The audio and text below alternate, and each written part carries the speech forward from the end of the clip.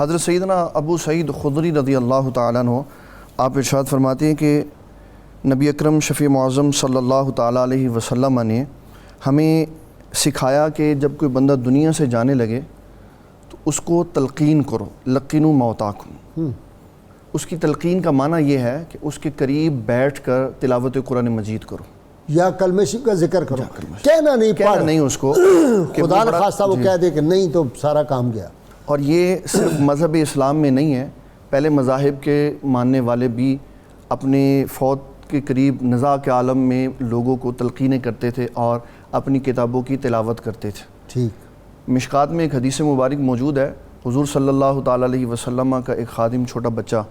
وہ علیل ہو گیا۔ حضور صلی اللہ تعالیٰ علیہ وسلم جب اس کی عیادت کے لیے تشریف لے کر گئے تو اس کا باپ جو یہودی تھا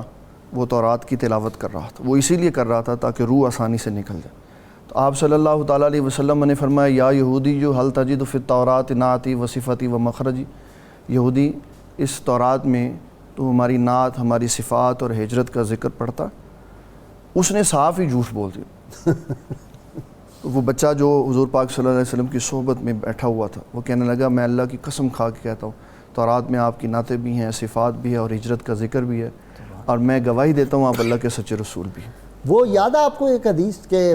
موٹے موٹے یہودی عالم آئے آپ سے ان کی بارگاہ میں، تو آپ نے فرمایا تورات میں لکھا ہوا ہے کہ اللہ تعالیٰ جو ہے وہ غضبناک ہوتا ہے موٹے عالم کو دیکھ کر، پہلے ہم نہیں مانتے تورات کا انکار کر دیا اس میں۔ ساتھ میں وہ مانتے بھی نہیں تھے، اور جب تورات لے آیا کہ ان کے سامنے رکھی جاتی تھی تو اوپر ہاتھ پہ رکھتے تھے اور کہتے تھے یہ نہیں ہے، یہ نہیں ہے۔ اور حضرت عبداللہ بن سلام فرماتے ہیں جب نبی صلی اللہ تعالیٰ علیہ وسلم کے سامنے کبھی ایسا ہوتا تو آپ فرماتے ہاتھ پیچھے کرو،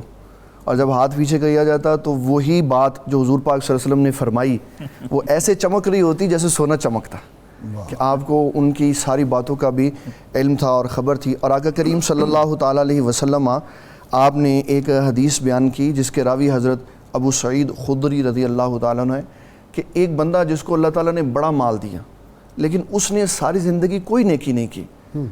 جب اس کی موت کا وقت آیا تو اس نے اپنے بیٹوں سے یہ کہا کہ مجھے مرنے کے بعد جلا دینا اور پھر میرے جو ہڈیاں ہیں اس کو پیس دینا اور راکھ اڑا دینا۔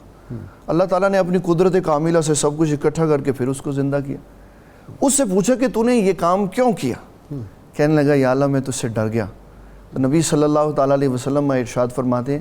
کہ اللہ تعالیٰ جل مجیدہ الکریم نے فرمایا پھر میں نے تجھے بخش دیا۔ تو اللہ تعالیٰ کا ڈر اور خوف بڑا ضروری ہے۔ اور حضرت ابو سعید خدری رضی اللہ تعالیٰ عنہ آپ بچپن ہی سے حضور پاک صلی اللہ علیہ وسلم کے ساتھ تھے، تو شروع ہی سے آپ کو حدیثیں سن کر یاد کرنے کا بڑا جذبہ تھا۔ ابو موسیٰ عشری رضی اللہ تعالیٰ عنہ حضرت سیدنا عمر بن خطاب رضی اللہ تعالیٰ عنہ کی بارگاہ میں آئے، دروازے پر دستک دی تو آپ مصروفیت کی وجہ سے نہیں اندر بلا سکے، آپ نے 3 بار دستک دی اور چلے۔ جب آپ فارغ ہوئے تو آپ نے فرمایا ابو موسیٰ عشری رضی اللہ تعالیٰ عنہ آئے تھے،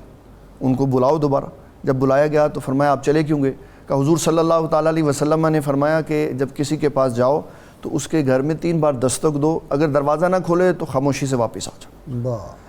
آپ نے فرمایا گواہ لے کے آئیں، تو حضرت ابو سعید خدری رضی اللہ تعالیٰ عنہ کو لے کے آئے کہ آپ بتائیں کہ حضور صلی اللہ تعالیٰ علیہ وسلم نے یہ حدیث بیان فرمائی تھی۔ اس میں آداب معاشرت بھی سکھا دیا اور بتایا کہ جب کسی کے گھر جانا ہے تو بیل کے اوپر انگلی رکھ کے کھڑے نہیں ہو جانا، بلکہ 3 دفعہ دینی ہے، بیل دستک دینی ہے، اور اگر نہ آئے تو پھر ناراض ہو کے نہیں جانا بلکہ اسی صاف دل کے ساتھ جس کے ساتھ آئے ہیں اس کے ساتھ